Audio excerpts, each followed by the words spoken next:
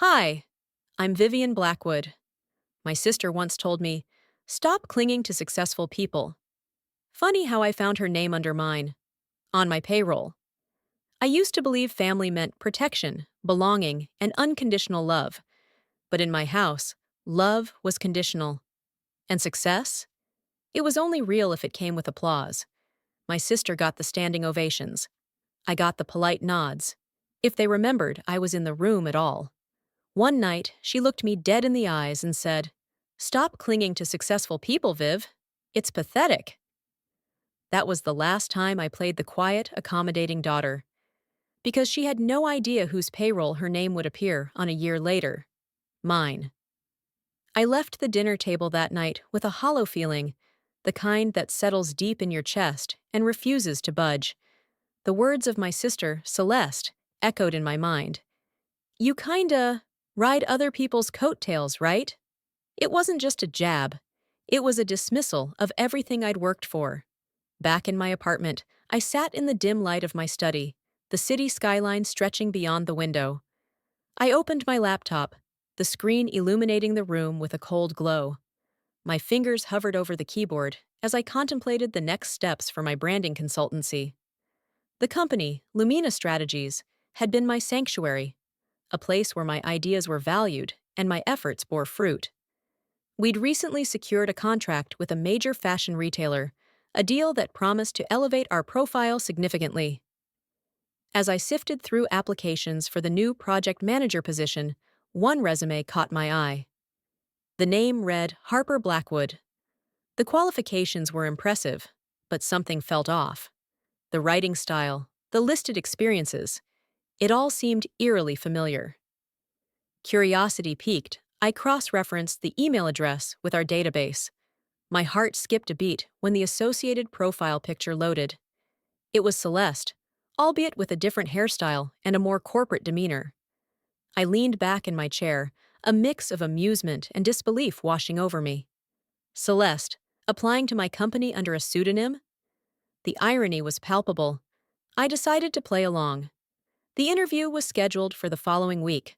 When the day arrived, I dressed in my usual professional attire, opting for a navy blazer and a crisp white blouse. I wanted to exude authority without appearing confrontational.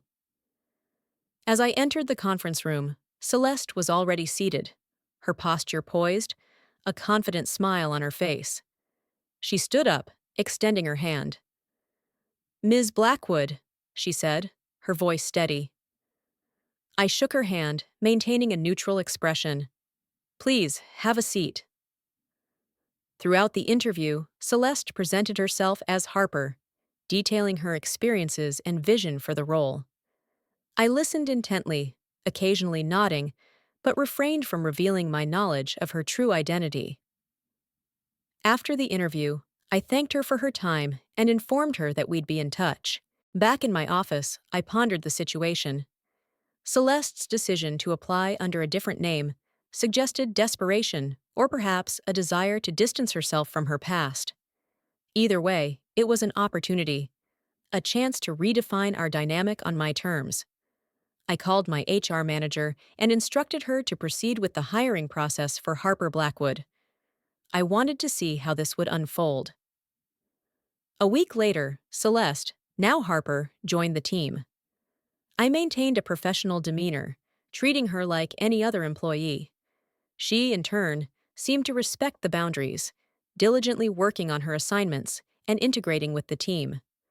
Over time, I observed subtle changes in her behavior. The arrogance that once defined her was replaced with humility. She sought feedback, collaborated effectively, and even stayed late to meet deadlines. One evening, as I was leaving the office, I found her still at her desk, engrossed in her work. "Long day?" I asked, pausing by her workstation. She looked up, a hint of surprise in her eyes. "Yes, but I wanted to ensure the campaign proposal is flawless." I nodded. "I appreciate your dedication." She hesitated before speaking again. Ms. Blackwood, I want to thank you for this opportunity. It means a lot." I offered a small smile. "You're welcome, Harper." As I walked away, I couldn't help but feel a sense of closure. The roles had reversed, and while I hadn't sought revenge, the universe had orchestrated a scenario where I held the reins. The first real crack didn't come from Celeste's fake name or her polished LinkedIn profile. It came 2 weeks into her role at Lumina, when I watched her quietly take the blame for a mistake she didn't make. It was subtle, but unmistakable. Our junior strategist, Elise, had miscommunicated a deliverable date to a client. It should have been a minor reprimand and a reset of expectations. But when I entered the follow-up meeting, Celeste, still Harper at work, spoke first. I gave her the wrong timeline. It's on me. Elise opened her mouth, confused, but closed it when Celeste shot her a slight glance. Not hostile, protective.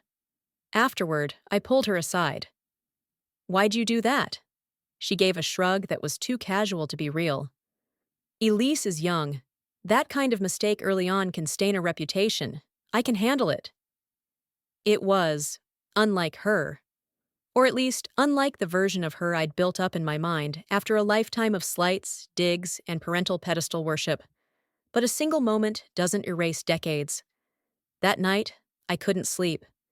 I lay in bed with the city humming outside my window, remembering a different time she'd let someone else take the fall.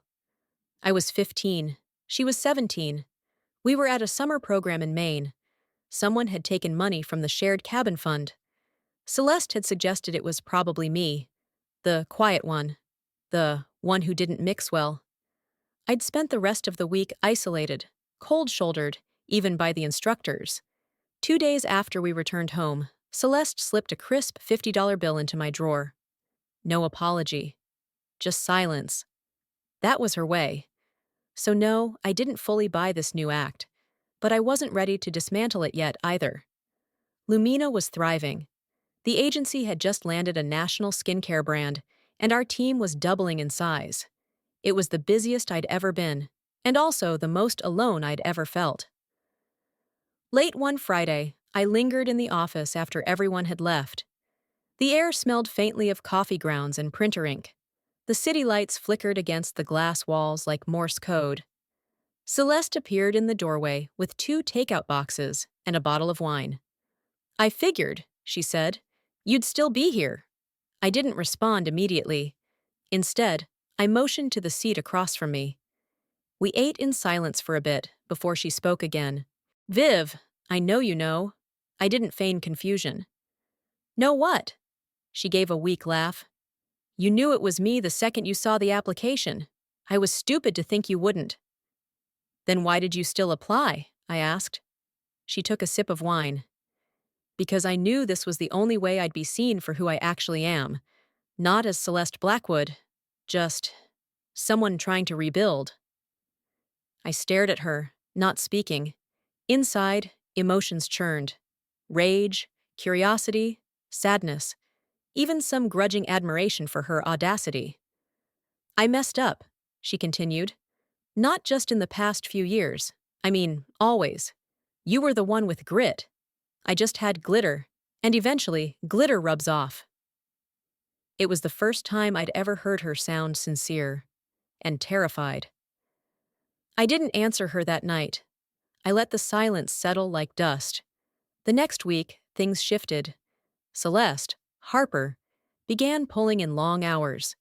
She requested to shadow some of our tougher client meetings, offered to lead the mentorship group for new hires, and even volunteered to take on the firm's chaotic internal process audit. She was earning respect, genuine respect, from the team. And yet, I found myself bracing, waiting for the other shoe to drop, because that was the thing about people who hurt you for years. Even when they change, your wounds remember. One evening, I got a call from my mother. It was rare. We hadn't spoken much since the dinner. "Vivian, you know your sister has been working some agency job? Is that yours?" I stayed quiet. "I think she's just going through something." "You know she always meant well. She never tried to hurt you. You were just sensitive." That word, sensitive. As if I'd imagined the cold shoulders, the invisible birthdays, the manipulation cloaked in smiles. I ended the call mid-sentence. For the first time in years, I blocked her number. Tension kept building. A week later, Celeste was pitching in a strategy meeting when my father's name came up in a surprising way. One of our new clients, a small investment firm, shared that they'd pulled out of a previous project because of an ugly issue with Charles Blackwood and some insider financial nonsense. It was a throwaway comment, a red flag, one I couldn't ignore. I dug deeper, quietly, and what I found shook me more than anything Celeste had ever done. My father had borrowed against my childhood trust fund, the one my grandmother left me. He forged my signature on the documents when I was 19, still living at home, still naive. It was gone. All of it. Celeste didn't know. I was sure of it. But it explained the extra credit cards my parents gave her, the car, the mysterious support she got when launching her failed boutique brand years ago. It was my money. And now it was my rage. Ever discovered a truth that made every memory snap into focus? Yeah, me too. It started with a single file. I wasn't sure what I was looking for, not exactly.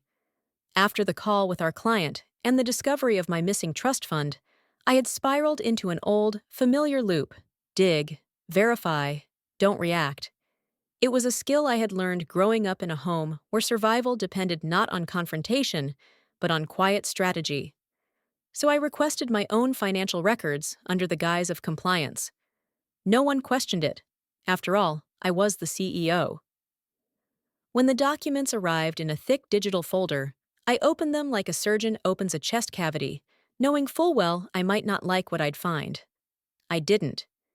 There were years of transactions authorized under my name, private education payments for CB, wire transfers to my father's LLC, luxury car leases, and a down payment on a Florida property I'd never seen. All under the same forged signature. Mine. A heat started crawling up my neck. Not rage, yet.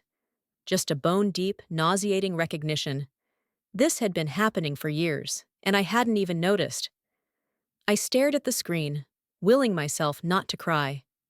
Not out of weakness, but out of respect for the part of me that had fought so hard to escape this family's orbit. A few days later, I arranged a dinner with my legal advisor, Renee. We met at a quiet rooftop bar in Soho, the kind of place where jazz floated softly through the air, and the waitstaff already knew your name. I want to move forward, I said, sliding a USB drive across the table. Quietly, legally. I'm not trying to ruin anyone, but I need my name back. Renee flipped through the printouts I had brought, her face unreadable. This is felony level, she said calmly. We'll start by freezing anything connected to those accounts. But Vivian, this is going to stir up a lot of things.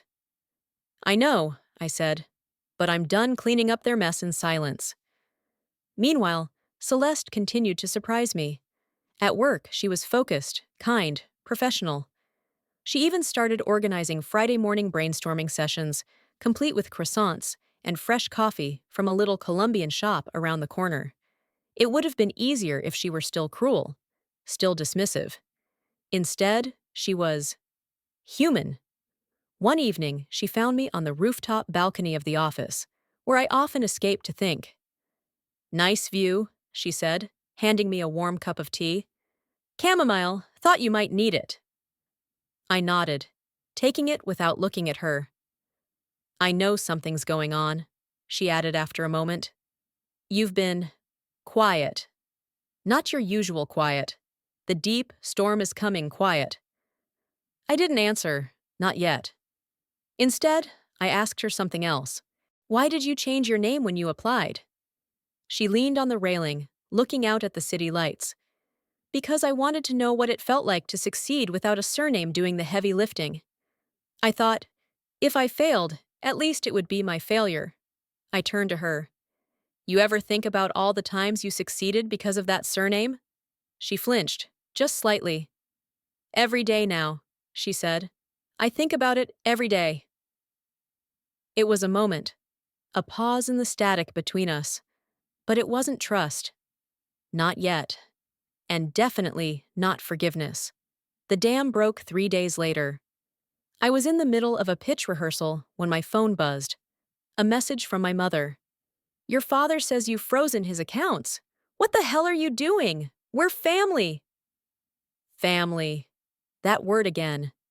I ignored the message. 2 hours later, Celeste burst into my office, visibly shaking. You froze Dad's money? I looked up slowly. No, I froze my money. He just happened to have stolen it. She stopped mid-step. Stolen? I spun the laptop toward her, pulling up the documentation. These are transfers made using my name, my trust. Your store's seed money? It wasn't a gift from Dad. It was stolen from me. The blood drained from her face. No, he wouldn't. He said it was part of the estate. You never asked, I said softly, because it was easier to believe the money just magically appeared when you needed it. I didn't know, she said again, voice cracking. I stood. Maybe not. But you benefited. And now that I know, I have to clean up the mess he left in my name.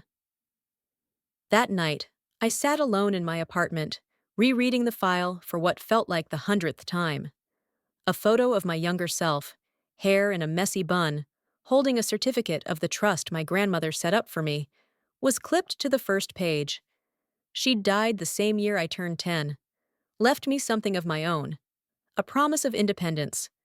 And my parents took it. My sister used it. And somehow, I was the one expected to stay quiet. The first sign that things were shifting came in the form of an email. No subject line, no greeting, just 2 lines. You've made your point. Now fix this before it destroys everything. It was from my father, the man who had borrowed against my future, who forged my name to fund his ambitions, now wanted me to fix it. As if this entire chain of events was a slight misstep, an accounting glitch, not a violation that left me questioning everything I ever believed about blood and loyalty. I stared at the screen for a long time, then deleted the message without replying. Not out of strength, not yet, but because I knew if I responded, I wouldn't stop. I'd tear down everything, and I wasn't sure I was ready for that. Later that evening, I was sitting in my office with the lights dimmed, the city pressing in from the windows like an audience waiting for me to perform. Celeste knocked once and entered without waiting. Is it true? She asked. Her voice wasn't trembling. It was resigned. Wikipedia. I nodded. He's trying to guilt me into undoing the freeze. Her face tightened. That money? If it's gone? If there's legal fallout? Will they come after me too? Wikipedia. You spent it. I didn't know it wasn't his. That won't matter in court. The room was silent. Then she sat down, across from me, for the first time not as a sister or even as Harper the employee, just as a woman whose entire identity had been shaken. I was so busy being the favorite, she said quietly. I didn't realize I was also being used. Her words should have soothed something in me, but they didn't. They just added weight to the thing already crushing my chest. The Times of India, 2. Wikipedia 2. Wikipedia. You weren't being used, I replied. You were the weapon, the golden daughter, the story they told the world to distract from the damage underneath. The next day, Renee updated me. We've got enough to file formal charges, she said over coffee in a corner booth at our usual place. But I need to know, do you want to go public with this? Because once we pull that trigger, there's no pulling it back. I thought of all the interviews I'd sat through, all the contracts I'd signed, the business I'd built with my own hands and sleepless nights.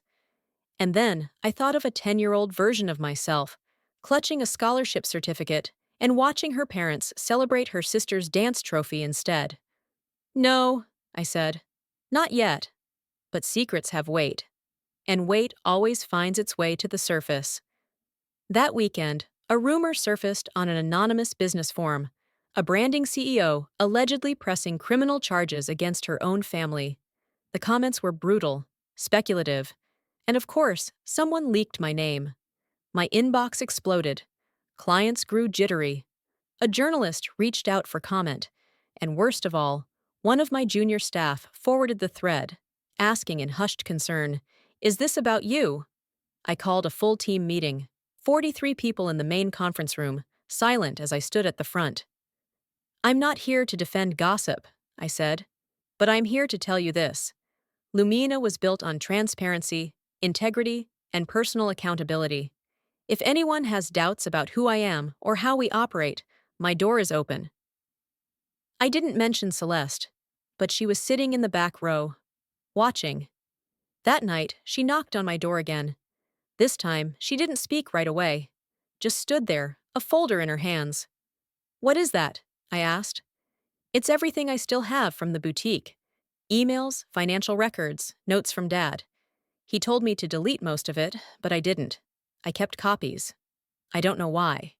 She handed me the folder. Inside were invoices, transfer orders, even a hand-scribbled note that said, "Cover it with Vivian's line. She won't notice." My stomach twisted. It was his handwriting. "Why now?" I asked her. "Why give me this?" She shrugged. "Because I've been lying to myself for a long time, and I'm tired. And maybe I thought if I bled with you, it'd hurt less." The morning after Celeste handed me the folder, I sat alone in my office, the city skyline stretching beyond the floor-to-ceiling windows. The documents lay spread out before me, each page a testament to betrayal. My father's handwriting, once a symbol of guidance, now etched lies and deceit. I picked up one of the notes. "Cover it with Vivian's line. She won't notice." The words blurred as tears welled up, but I refused to let them fall. I had shed enough tears over this family. A knock at the door broke my reverie. Renee stepped in, her expression a mix of concern and determination. "We need to talk," she said, closing the door behind her. I gestured to the documents. "I have all the proof we need. Let's proceed." Renee nodded. "I'll start drafting the legal complaints. But Vivian, once we go down this path, there's no turning back." "I know," I replied, my voice steady. "It's time they faced the consequences." The news broke within days. Headlines screamed about the impending lawsuit against my parents. The media frenzy was relentless, with reporters camped outside my office and home. Clients called, some offering support, others expressing concern. In the midst of the chaos, I received a call from my mother. "Vivian, how could you do this to us?" she demanded. "How could you do this to me?" I shot back. "You stood by and watched as Dad stole from me." She sighed. "We did what we had to for the family." "For the family?" I laughed bitterly. "You mean for Celeste? She needed help. We all did. And I was just the bank. Don't be dramatic." I hung up, the conversation leaving a bitter taste. At the office, tensions were high. Some employees avoided eye contact. Others whispered in corners. I called a staff meeting. "I know the past week has been difficult," I began, "but I want to assure you that Lumina stands for integrity. We will weather this storm together." A few nodded, but the atmosphere remained tense. Later, Celeste approached me. "I want to help," she said. "You've done enough," I replied coldly. "I didn't know the extent, but you benefited." She looked down. "I was blind, but I see now. Let me make it right." I studied her, searching for sincerity. "Then testify." She hesitated. "Against our parents?" "Yes." She nodded slowly. "Okay." The court proceedings began. The courtroom buzzed with anticipation as the judge called the case. My parents sat across from me, their expressions a mix of defiance and fear. Celeste took the stand, her voice trembling as she recounted the misdeeds. "I was complicit," she admitted, "but I want to make amends." My father's lawyer tried to discredit her, but the evidence was overwhelming. When it was my turn, I spoke with conviction. "They exploited my success for their gain. I trusted them, and they betrayed me." The judge listened intently, nodding occasionally. After the session, I stepped outside, the sun shining brightly. Renee joined me. "You did well," she said. "Thanks. It's not over, but we're on the right path."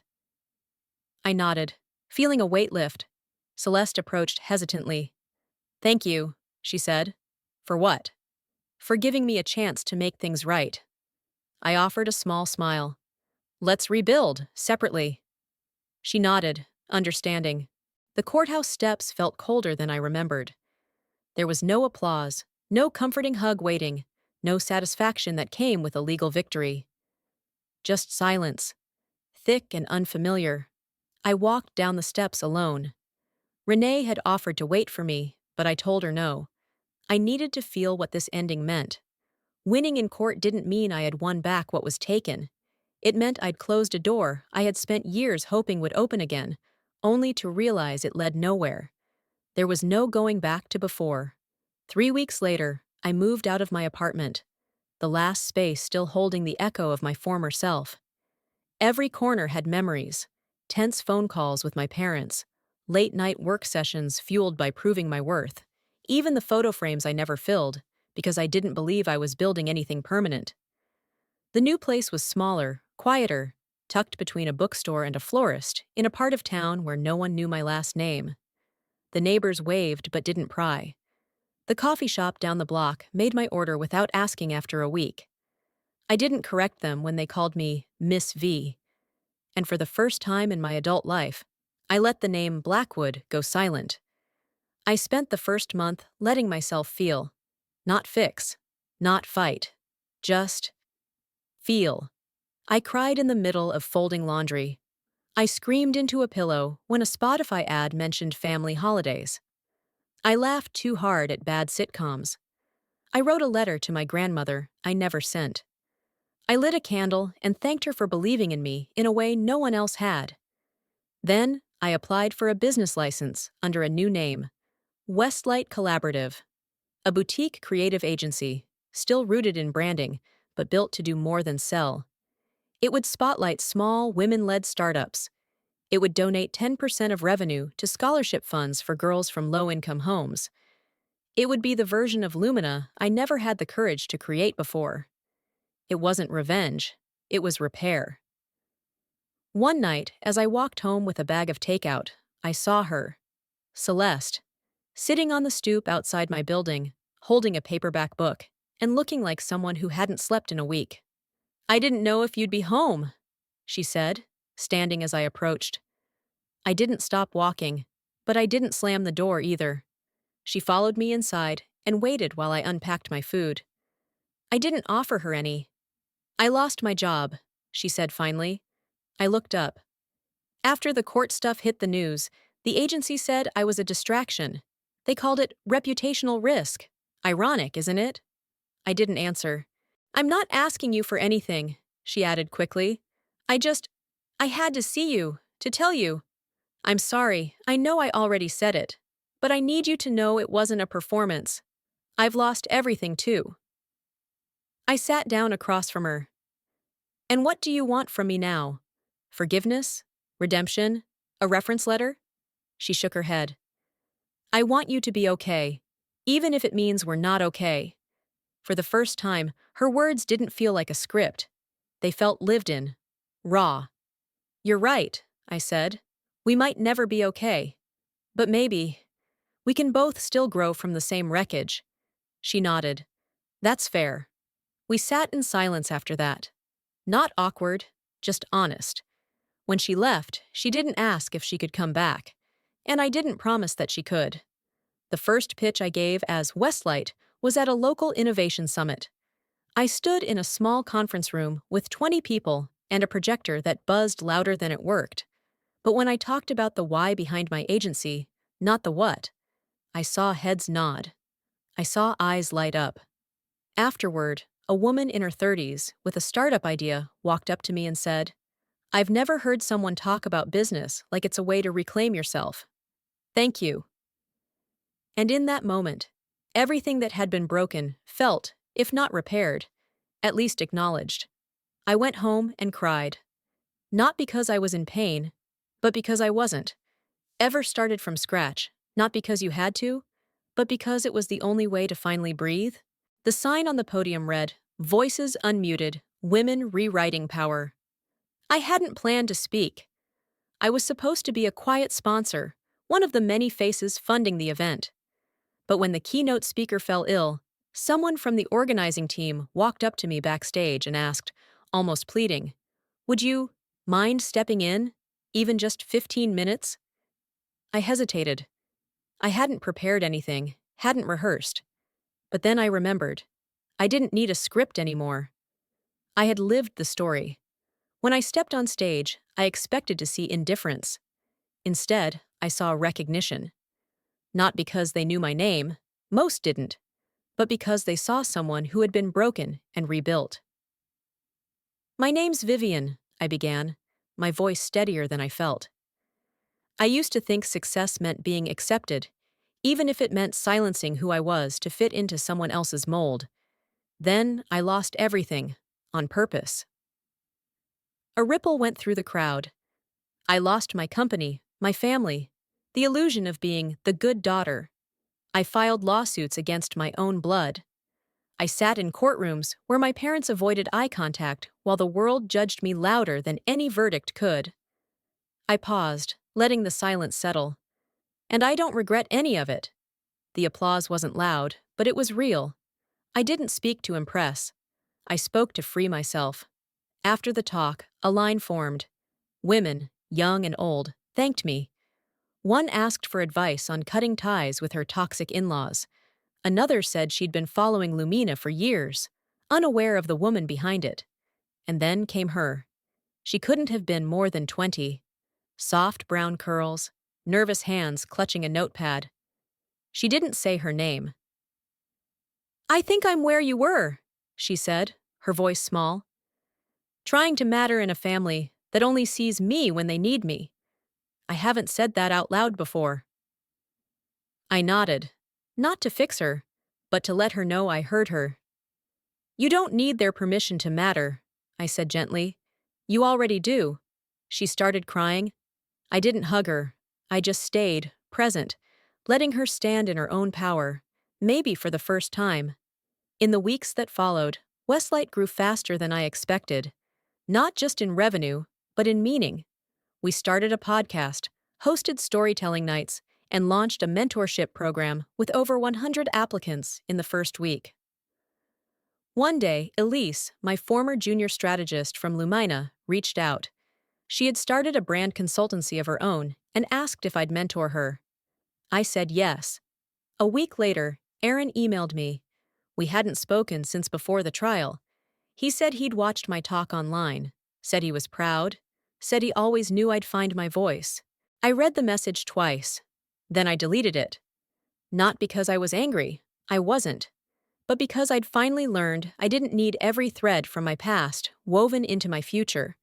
And then came the twist. It arrived in a thick envelope, forwarded from my old apartment. No return address. Inside was a deed, a piece of land in upstate New York. Underneath it, a letter. "This was always supposed to be yours. I never knew how to give it to you without taking something first. Maybe now I can try to do the opposite." "Mom." I sat down on the floor, the document trembling in my hands. A property? From the woman who once told me my ambition made her nervous? Who said therapy was just a way to blame parents instead of working harder? I wasn't sure if it was guilt, manipulation, or an overdue gesture of remorse, but I knew one thing: I didn't need it. Still, I drove up that weekend. I stood on that land. It was quiet, raw, surrounded by pines and silence. And I decided to keep it. Not as inheritance, but as sanctuary. On my last night there, I built a small fire and sat alone. The stars blinked overhead like they were listening. I whispered, "You don't own me anymore." And I meant it. For my family, for my pain, for the name that no longer defined me. Ever reclaimed something not because it was given, but because you decided it was yours all along? It started with a letter. A handwritten envelope slipped under my studio door. No name, just the address in block letters. Inside, a single line on unlined paper. "The only apology I can offer is absence. Dad." I read it 3 times. Then I burned it. Not out of hatred, but because I no longer needed the words of people who couldn't face me when it mattered. His silence now was louder than any confession could ever be. And still, I didn't feel victory. I felt peace. And that, to me, meant everything. Westlight thrived, not in headlines or viral moments, but in consistency. We launched a grant program for women starting over, single mothers, survivors of workplace discrimination, former foster kids now leading teams of their own. One morning, I walked into our office and saw a note on my desk. Your story helped me stop shrinking. Thank you for being a mirror. Maya, intern, I kept it in my wallet. Not because I needed to be reminded of my impact, but because every woman who writes herself back into her life deserves to be remembered. 3 months after the summit, I was invited to deliver the opening talk at an international women's forum in Vancouver. I debated turning it down, but something inside me whispered, "You're not done yet." I opened with a question. Have you ever survived something your family would rather you forget? Silence. Then a single nod in the third row. Then another. I shared what I'd lost, but more importantly, what I'd found. My voice, my boundary, my no, my yes, my name now unburdened. When I stepped off stage, I wasn't met with applause. I was met with tears, with women clutching each other's hands. That meant more. Back home, I visited the land again. Fall had painted everything in fire-colored leaves. I walked the perimeter in boots still muddy from the last visit. This time, I wasn't here to mourn. I was here to begin. The plan was modest: a cabin, a greenhouse, a space for women to come write, rest, and rebuild. No cell signal, no mirrors, just silence and stories. We called it the Story House. The first guest was a woman named Layla, 39, divorced. Hadn't taken a week for herself in over a decade. On her second night, she sat by the fire and said, "I forgot what my voice sounded like." I didn't answer. I just handed her a notebook and walked away. The next morning, she read me a page. She cried. I did too. One day, as I packed books for the Story House library, Celeste called. I didn't answer, but I texted back. I hope you're doing the work. I'm doing mine. She replied with a heart. That was enough. Somewhere between lawsuits and land deeds, I stopped needing to be understood by the people who never tried. Instead, I built a life that didn't require explaining. A life where my story was mine alone to keep, revise, and retell on my terms. I never changed my last name, not legally, but I no longer sign it on my work. I don't need to carry it forward. It's a chapter in the book, not the title. If you've ever had to rebuild your life without the people who broke it, know that you're not alone. In the end, I didn't need revenge. I needed restoration. Not to prove them wrong, but to prove myself right. When you stop waiting for an apology that'll never come, you start making space for the life you actually deserve. Your past may have shaped you, but it doesn't get to define you. Only you do. Now, I want to hear from you. Have you ever had to walk away from people you loved to become someone you respect? Or maybe you're in that moment right now. Tell me where you're watching from, or how this story made you feel. If it didn't connect with you, that's okay too. Let me know why and what your story looks like. And if this video resonated with your heart, hit that subscribe button and stay with me for more real, raw, human stories. This is just the beginning.